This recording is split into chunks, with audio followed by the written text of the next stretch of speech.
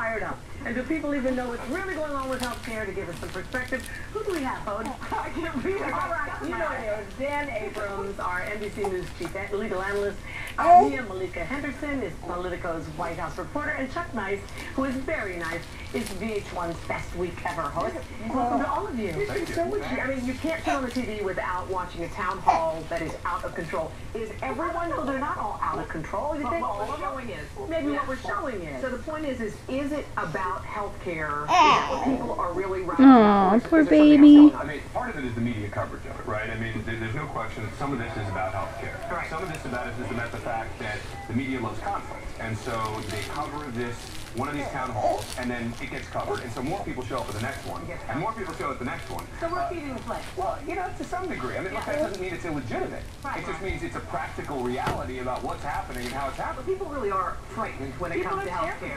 People are frightened, people are scared, people are worried about the economy, and they're expressing all sorts of concerns here. The president now is going to start talking about security, health insurance reform as a way to, have security and for people to be secure in their health care plans. And also what we might see is the Clintons coming out talking about health care and pushing for health care, because I think there is a sense in the White House that the message isn't quite getting out. Well, okay, if you want a message on health care to get out, you certainly need the Clintons He's to make thinking about it.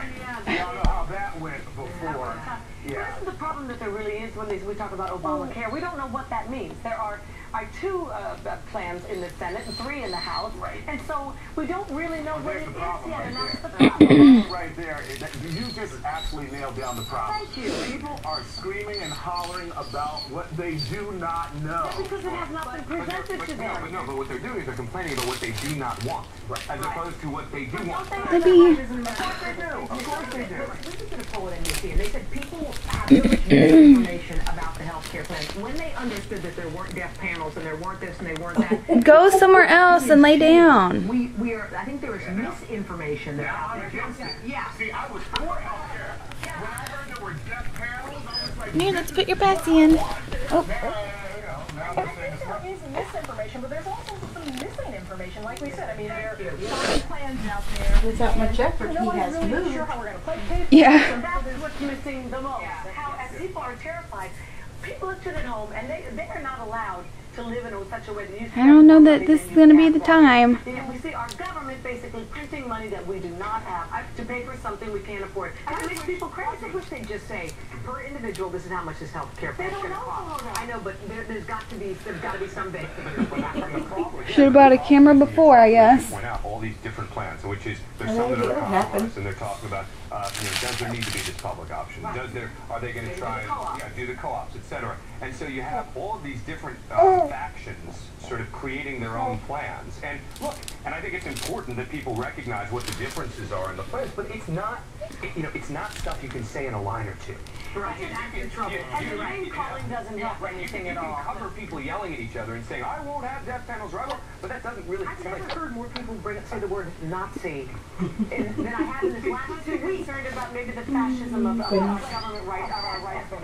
That's ridiculous, extreme. I mean, I can't believe that's why people are truly concerned about it. I mean, there's a lot of extreme talk out there, and I mean, I think on both sides. Yeah, on both sides. Yeah. Well, I think the reason it is, it's like a kid who you ask to try something that they've never tried, and they go, no, I don't want that.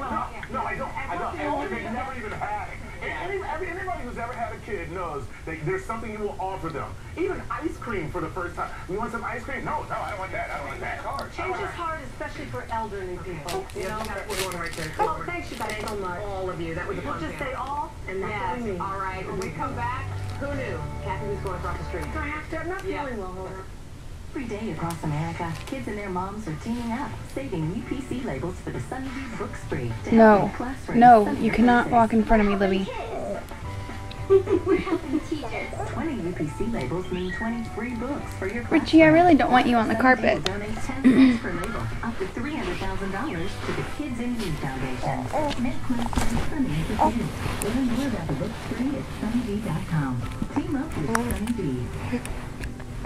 He says, man, all that